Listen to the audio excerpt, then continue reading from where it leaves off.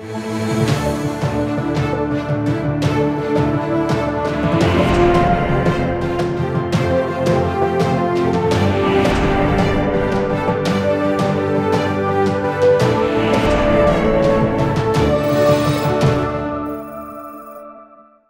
preconceito contra nordestinos, partindo de outras regiões do país, é histórico. No mundo moderno, uma nova ferramenta também passou a ser usada pelos que disseminam esse tipo de ódio e de intolerância. Na internet, comentários xenofóbicos são facilmente encontrados e geram sempre grande repercussão. Essa é a pauta da semana do Câmara Debate, que recebe o professor da UFPB, Marco Aurélio. Ele é professor da pós-graduação em Antropologia da Universidade e líder do grupo de estudos e pesquisa em etnografias urbanas, o Gueto.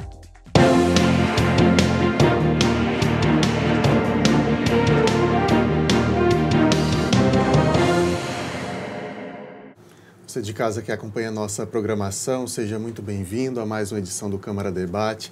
Eu começo pedindo desculpas pela voz, estou saindo de um resfriado, mas estamos aqui firmes e fortes para levar mais uma edição do nosso Câmara Debate para você. Professor Marco Aurélio, bem-vindo à TV Câmara, Obrigado. Muito bom recebê-lo. Obrigado. Professor, a gente tem esse foco de xenofobia contra nordestinos no programa de hoje, mas eu queria começar, antes de a gente falar contra nordestinos, que o senhor explicasse para a gente, de fato, o que é xenofobia. Bom, xenofobia é uma manifestação muito antiga, né? Nasceu é uma palavra grega que nasceu na Grécia Antiga, se chama xenofobia. Xenos vem de estranho e fobia, medo. É medo do estranho. Medo de pessoas, de uma pessoa ou de um grupo de estranhos naquele local. Na Grécia Antiga era o medo do quê? Dos bárbaros em relação à civilização. Que os bárbaros invadissem, seja ele de onde for. Se era fora da minha cidade, da minha civilização, era classificado como bárbaro. Isso nasceu nessa época e percorreu por toda a nossa história, né? E hoje se manifesta nas cidades, nos nossos bairros. É quando alguém ou algum grupo chega em determinado local e aquelas pessoas que moram naquele local, naquele bairro, naquela cidade, têm um estranhamento em relação a esse grupo novo, né? Esse estranhamento pode se manifestar de diversas formas. Um olhar diferente, um olhar incriminador, palavras, né? Ou até manifestações de xenofobia, manifestações de grupos organizados que propõem a estigmatização e a expulsão ou eliminação daquele estranho. Atitudes xenofóbicas, elas são necessariamente, obrigatoriamente, preconceituosas? São preconceituosas, no sentido de que é falta de informação sobre aquele grupo, né? Uma manifestação de uma falta de conceito sobre aquele grupo, né? Por isso um preconceito, né? É uma forma de preconceito, de discriminação. Diferente do racismo, mas é uma forma de preconceito. A gente tem uma reportagem sobre o nosso tema da semana. Vamos assistir para a gente voltar comentando. Nordestino não é gente. Faça um favor a São Paulo. Mate um nordestino afogado. Essa ofensa aconteceu há quase 2 anos nas redes sociais, depois do anúncio de que a candidata reeleita à presidência, Dilma Rousseff, teve maioria dos votos nos estados do Nordeste. Mas os ataques não ficaram no passado, eles continuam. Foi isso que levou a estudante de comunicação, Sayonara Leite, a criar a fanpage Nordestinos. Muita gente estava atacando os nordestinos numa rede social que eu participava. E eu fui tentar me defender. E um menino respondeu: "Nossa, mas você é muito bonita para ser nordestina." Outro falou: "Você escreve tão bem para ser nordestina." De certa forma, eu fiquei ofendida com isso. E a gente fez a Nordestinos logo depois desse episódio. O projeto consiste em tirinhas com expressões nordestinas, além de coisas relacionadas à região. Tudo de forma leve e bem-humorada. Desde que foi criada, a página já teve quase 800 mil curtidas. Então, a gente cria as imagens, publica e tem aquele retorno de curtidas, compartilhamentos e comentários. Vez ou outra a gente está interagindo para saber o que as pessoas acham disso e elas estão dando opiniões e também sugestões. E a gente acata as sugestões e cria mais novas imagens e assim vai se fazendo a Nordestinos. Mas iniciativas como a da estudante parecem não inibir os ataques xenofóbicos contra os nordestinos. Recentemente, a apresentadora da Rede Record, Renata Alves, foi vítima de ofensas por causa do sotaque sergipano. Na postagem, a internauta afirma que Renata deveria mudar o sotaque e ainda chegou a afirmar que o Brasil não merecia isso. Em resposta, a apresentadora pede respeito ao seu sotaque e ao Estado. Para este professor de linguística, o sotaque é o principal elemento da identidade cultural de um povo. Por isso, o preconceito regional está fortemente ligado ao preconceito linguístico. O sulista estranha nossa fala. Evidentemente, como nós estranhamos a fala do sulista, do interior de São Paulo, nós também estranhamos. Agora, a gente tem que respeitar, entendido? E nem sempre a recíproca é verdadeira. O nordestino, eu me baseio muito na Paraíba, nós somos muito tolerantes com relação à fala. Às vezes, um gaúcho, um interiorano paulistano, ele fala e às vezes a gente tem a petulância de achar bonito. Enquanto que, se a gente chega lá e fala o chamado nordestinês, a gente às vezes passa ridículo. Não é justo isso, entendido? A forma como você fala, que é individual, é pessoal ou regional, ela não pode ser discriminada. A gente não pode criar uma xenofobia em cima disso. Por isso, nós viemos até as ruas da capital para ver qual a reação das pessoas diante de textos que foram publicados na internet com preconceito aos nordestinos. O que você me diria agora, lendo um comentário desse? Não sei por que falar uma coisa dessa da gente, é por ignorância. Eu acho que, além de ser preconceituoso, tá certo, de um ponto de vista cultural, de um ponto de vista econômico, social, ninguém pode, nenhuma classe social pode se opor da forma de que eles lutam contra os nordestinos. Pelo contrário, o nordestino construiu esse país, o nordestino é um homem forte, um homem de luta e de valor. São, assim que eu entendo, o povo nordestino. Doido, é um insano, pronto, é um insano. O senhor costuma ver isso nas redes sociais com muita frequência? Vejo. É o preconceito que ainda existe, infelizmente, não só falando do nordestino, como de várias outras maneiras de ser. Eu trabalho em saúde mental e vejo como o preconceito ainda está existindo. E acho que não vai ser fácil tirar esse preconceito. Por exemplo, o nordestino no sul ainda é mal visto. Para o professor, a desinformação é o que leva a esse preconceito desenfreado contra o nordestino. Fala em sotaque, nós teríamos que diferenciar. Nós temos a fala nordestina, entre aspas, a gaúcha, a interior de São Paulo, a nordestina, quer dizer, todas são acessíveis e não implica erros. Da mesma forma que eu posso falar diferente de você. Agora, evidentemente, que deve-se tomar um certo cuidado, eu digo, na expressão, na articulação das palavras. Que um grande defeito do nordestino é engolir o final das palavras. Tá aí. Professor, tem muita coisa para a gente discutir a partir daí. Deixa eu começar lhe perguntando o seguinte. A gente consegue arriscar uma origem, uma raiz para essa xenofobia específica contra o Nordeste brasileiro? Bom, assim, essa xenofobia que existe hoje, que está se manifestando, né, de forma, às vezes, de forma até organizada nas redes sociais, eu acho que ela tem origem com a migração de grandes grupos eu falo nordestino, mas é uma categoria também inventada, porque a gente não fala em sudestino, por exemplo, né? E mesmo aqui no Nordeste existem essas diferenciações. Pô, o que é o Nordeste? A diversidade cultural e de sotaque, né? Porque o sotaque pessoense não é igual ao sotaque de Patos, que não é o sotaque de recifense.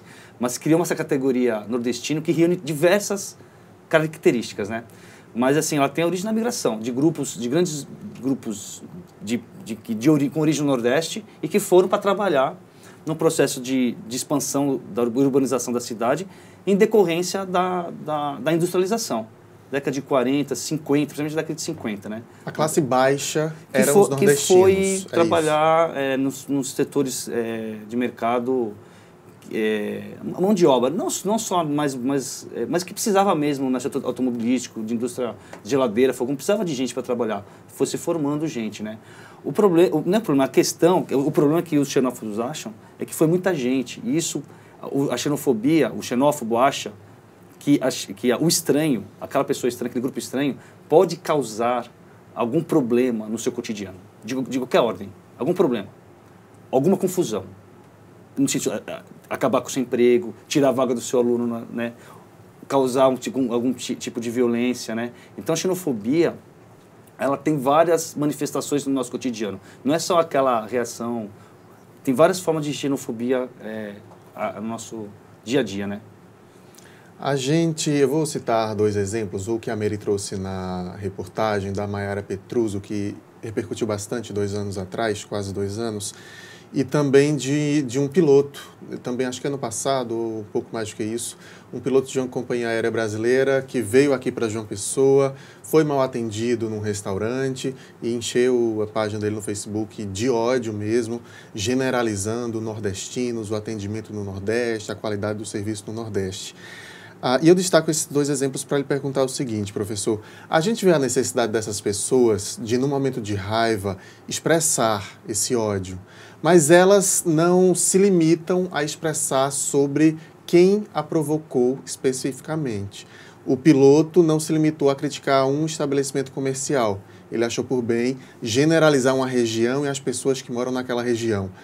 Isso é parte da atitude xenofóbica, generalizar um povo inteiro? Quando você está nesse momento de xenofobia, o xenófobo, ele absorve, ele acredita de que esse grupo, esse estranho, para ele, tem certas características. E essas características, elas são sempre desqualificadoras daquele grupo, né? E as manifestações xenófobas aparecem geralmente em momentos de crise, de confusão, né? Crises numa ordem, uma dimensão enorme, uma crise econômica, uma crise política. Basta ver na Europa, que sempre, ou nos Estados Unidos, que sempre, né, sempre teve mexicano na Europa, gente de toda parte do mundo está trabalhando lá, mas no momento de crise ela se manifesta. E também se manifesta em momentos de crise do nosso cotidiano. Ou algum conflito de ordem, como é o caso do piloto. O piloto, né? Foi um momento de crise cotidiana ali, e de que aí ele identificou aquele que estava servindo, eu acho que ele deve ter identificado o sotaque, por exemplo. O sotaque faz parte daquele grupo que a gente sempre desqualifica. E aí acontece a generalização, e é isso. Nordestino, a categoria nordestino é a categoria generalizante, né? Para quem é do Nordeste sabe disso, né? Para quem é de qualquer parte do Nordeste sabe disso. Que vai contra a ideia da diversidade que existe no Nordeste. Aliás, até uma forma de se trabalhar é um pouco desconstruir essa ideia de nordestino. Englobando gente que vem lá do sul da Bahia até gente que mora no sertão do Piauí, né? Como sendo um grupo de pessoas com a mesma característica, né? Deixa eu falar em sotaque, o professor, na reportagem da Mary, explorou um pouco. Falar determinadas expressões regionais ou com determinado sotaque mesmo, não significa que eu esteja falando melhor ou pior o português, né? Tem ignorância aí por parte, e ignorância está o tempo todo ligado à xenofobia, a preconceito, a racismo, enfim, por parte de quem acha melhor, ou que acha que fala um português melhor, porque não tem aquelas expressões, né? Não, isso acontece muito por causa da televisão também, né? Você vê assim, existe um padrão linguístico na nossa sociedade, não é minha área, mas assim, de observar, existe um padrão linguístico na nossa sociedade que é falado nas telejornais, nas telenovelas, né? Na publicidade, que é uma coisa, às vezes, mais puxada para o sotaque do Rio de Janeiro, às vezes mais puxado para o sotaque de São Paulo. E que profissionais, que é o caso da repórter lá da Sergipe, né? A Renata. Sergipe, que atualmente está em rede nacional. E por rede isso nacional, estranhamento porque ela está fora do seu local, ela está fora do seu lugar. O lugar dela é fazendo outra coisa, não apresentando um programa em rede nacional. Mas quando profissionais, grande parte das vezes, os profissionais de outras áreas do país, elas têm que adaptar o seu sotaque para aquele padrão. E qual que é o problema do padrão? O padrão as pessoas acreditam que aquela é a forma correta de se falar, né? Antes do programa eu estava te falando a questão algumas letras são substituídas aqui, né? A gente, o S, o G pelo R e tal. Às vezes, quem é de fora da Paraíba pode achar que isso é uma forma errada, mas é um sotaque. É um sotaque, é uma forma de se falar diferente. Mas não é errado. Porque a mesma coisa acontece com o carioca, ou o recifense, né? Ou o paulistano. O paulistano, às vezes, eu tenho a minha origem, um paulistano mais italianado, quando se pronuncia 2 R's, se pronuncia um R.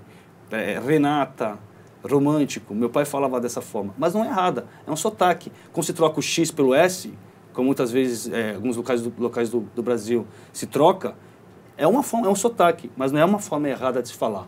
Mas quando isso chega aqui, para João Pessoa, para Paraíba, muitas pessoas falam que é errado. Né? Isso acontece, inclusive, na universidade. Essa forma errada de se falar, de se ver essa questão. Vou chamar um intervalo rapidinho. Na sequência, então, a gente continua debatendo esse assunto. Agora, até já.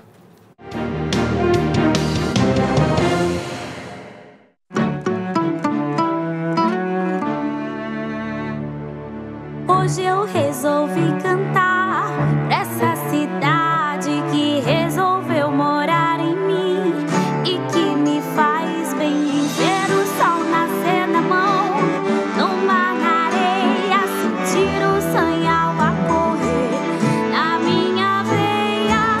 Hoje eu resolvi cantar pra todo mundo que faz a cidade girar, acontecer, deixar nascer no coração as coisas boas, ver esse mundo girar em volta da lagoa.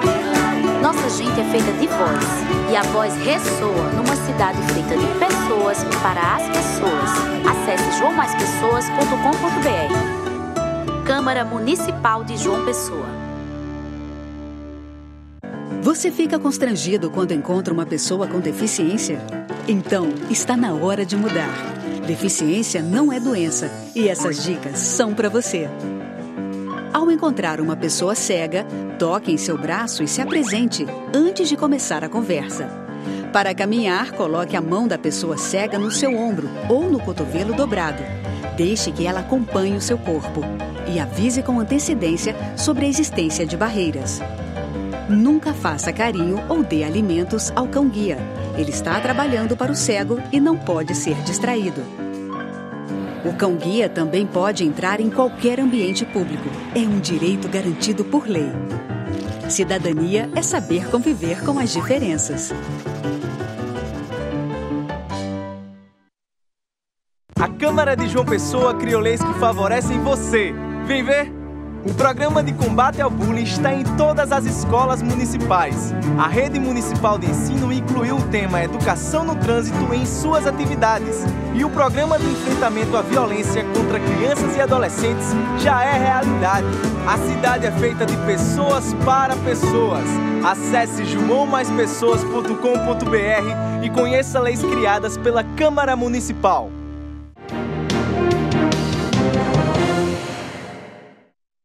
Câmara Debate está de volta, hoje discutindo xenofobia, preconceito contra nordestinos. Nosso foco é essa xenofobia contra nordestinos hoje.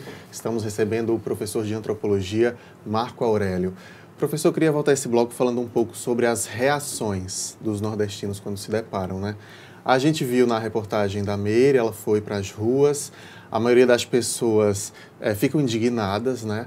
A gente teve a personagem Sayonara, que é a moça que criou uma fanpage. A reação dela foi bem inteligente, na minha opinião. Claro. Ela criou uma fanpage que já tem mais de 800 mil acessos, que exalta a nossa cultura, ao invés de provocar brigas, tentando rebater de outra maneira. Tem um jeito melhor de se reagir, professor, a essas atitudes xenofóbicas? Assim, eu gostei muito dessa reação da Sayonara, né? A gente está falando de categorias do nordestino, né? A pessoa que nasce em João Pessoa, ela só vai conhecer essa categoria de nordestino ou na televisão ou quando ela viaja para fora. Que aqui dentro ela é pessoense ou ela é paraibana, né? E essa categoria sempre tá vinculada à desqualificação social. Aí, ao se deparar com isso, há várias formas de reação. O que a gente viu na matéria, a pessoa usa uma expressão lá, não lembro agora, mas ela se revoltou na hora, né, achou aquilo inconcebível. Tem outras pessoas que tem a reação de você escutar por um ouvido e sair por outro, e não ligar para aquilo.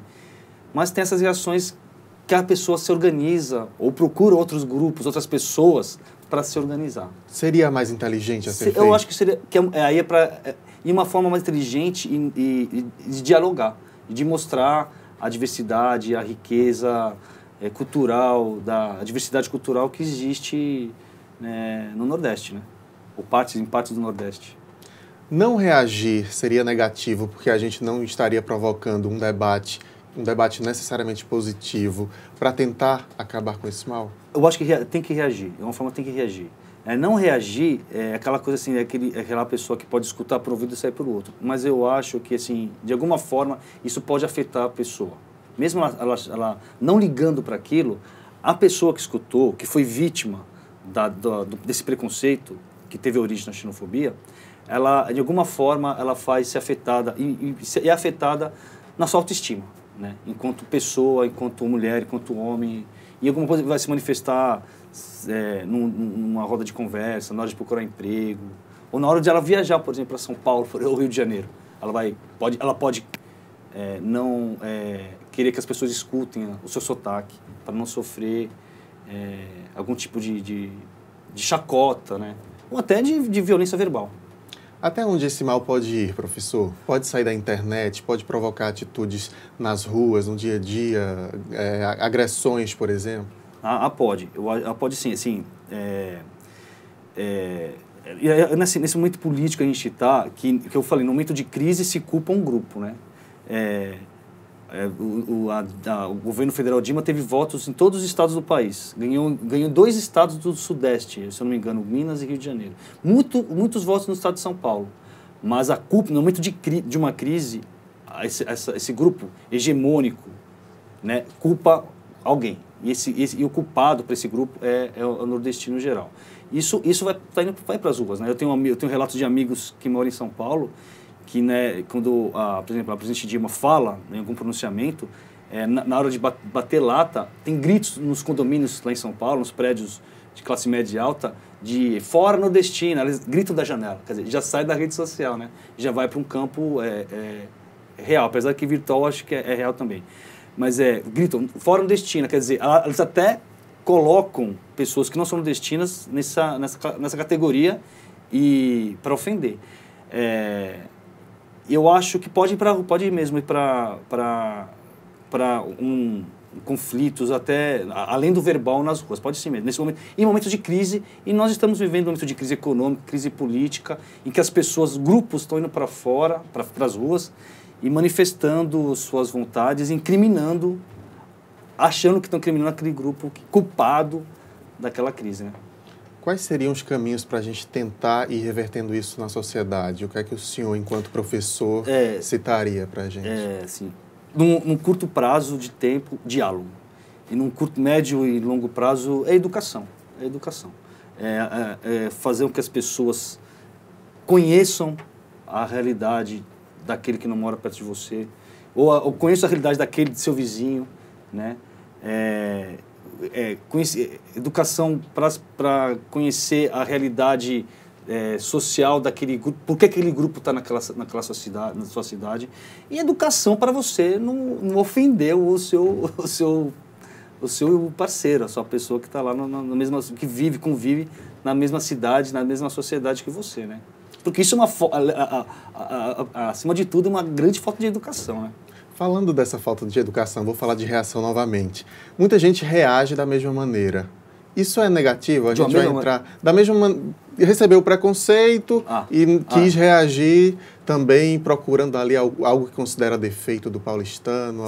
Sim. Porque elegeram tal deputado, enfim. A gente não vai chegar a lugar nenhum se a gente começar a bater de frente assim um com o outro. Essa forma de reação pode ser, assim, aí vai começar, também uma desinformação, chega a ser uma desinformação também, né? Eu acho que a posição da Sayonara é interessante. Quando eu vim para o Nordeste a primeira vez, para Recife a primeira vez em 95, 96, eu vi um tipo de reação de orgulho, chamado nos carros, estava escutando, orgulho de ser nordestino. É uma forma de reação a um preconceito que tem origem xenófoba. Isso é interessante, né? Buscar um orgulho daquele grupo que isso é bom. O orgulho do seu sotaque, o orgulho das músicas, o orgulho da sua paisagem. é ter orgulho da sua culinária, né? Que é tão valorizada por muitos, né, em São Paulo, no Rio de Janeiro. O que tem mais em São Paulo são bares de estados nordestinos, né? É valorizar isso. Eu acho que, acima de tudo, de querer desqualificar o outro, nesse embate, valorizar o seu. E valorizar a sua estima, valorizar a autoestima dos seus amigos, dos seus familiares, né? Isso eu acho mais interessante. A gente comentava antes de começar a gravação que há 2 termos no Sudeste atribuídos para generalizar nordestinos. Em São Paulo, baiano, e no Rio de Janeiro, paraíba. Esses termos, ao serem usados, são necessariamente atitudes xenofóbicas pelo histórico que eles têm dentro da sociedade paulista e fluminense? Então, uma nova generalização seria quase que um sinônimo de nordestino, dessa categoria nordestino, né? E o baiano, pro paulistano, eu sou paulistano e escutei muito isso quando era criança, adolescente, jovem, escuto até hoje, quando eu vou para lá, vinculado, associado a pessoas de baixa renda que foram para lá, para São Paulo, em busca de trabalho, que se abriu. Se abriu porque precisava de gente para trabalhar. Se não tinha gente para trabalhar, pessoas foram ocupar esses cargos, esses postos de trabalho, né? E aí reforça um estigma já construído, né? Aquele grupo tem certas características físicas, tem certa forma de se vestir, um sotaque, né? A cor da pele, o tipo de música. Aí generaliza. Colocou uma sanfona, forró, baiano. Então, assim, são essas categorias que são construídas, né? E que vão totalmente contra o inverso da diversidade que existe, né? O xenofóbico, professor, ele tem a necessidade de se sentir melhor, ele quer comparar e dizer, eu sou paulistano, eu sou melhor por isso, eu falo com tal sotaque, eu sou melhor por isso. Tem essa necessidade? Sim. E seria aí um problema, então, até particular de cada indivíduo? Então, eu acho que sim, que nesses casos, quando a manifestação vai para fora, não é um caso pessoal, não. São de grupos mesmo. É uma coisa mais grave até. Mas é nesse sentido, quando você constrói categorias que desqualificam o outro, você começa a trabalhar com a questão de hierarquias sociais. Então, você desqualifica o outro, impondo características de que ele fala errado, tem um sotaque feio, é feio, tem a fisionomia feia, escuta as músicas feias, né? E ao fazer isso, às vezes nem precisa falar de si próprio, acaba falando, mas nem precisa falar. Porque se ele fala que aquilo tudo é feio no outro, o que ele representa é bonito. Ele fala bonito, a cor dele é bonita, ele se veste bem, ele não tem sotaque, que tem muito sotaque, ele não tem sotaque, né? Então, assim, ele valoriza aquele grupo que ele está. E esse grupo que ele pertence é um grupo que foi economicamente mais privilegiado, né, na nossa sociedade, né? Professor, a gente já está chegando ao final. Muito obrigado por ter vindo hoje aqui esclarecer esse assunto para a gente. Portas sempre abertas aqui na TV Câmara. Obrigado a vocês. Olha, o Câmara Debate vai terminando, mas eu lembro a você que a discussão da próxima semana pode ser sugerida por você. Na nossa página no Facebook é possível entrar em contato com a nossa equipe. O endereço é TV Câmara JP. E este mesmo endereço também é do nosso canal no YouTube, onde você pode rever todos os nossos programas. Muito obrigado pela companhia em mais esta edição. Uma ótima semana a você e até a próxima.